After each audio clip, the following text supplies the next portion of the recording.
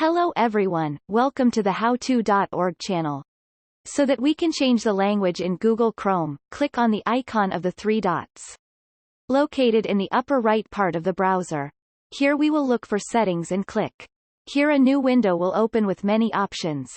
We will scroll down to find the Advanced button and click. We scroll again until we find Languages. Here we find our current language. We click on it and more options appear. You will find at the bottom that says Add Languages. Here we click and a small window will open. We will find all the available languages that we can install. In this case we will write in the search engine Portuguese and we choose one to install. Click on checkbox and then click on Add. Excellent, here, we can see that the Portuguese language has already been added. But to activate it, we must click on the button of the 3 points and activate the option Display Google Chrome in this language.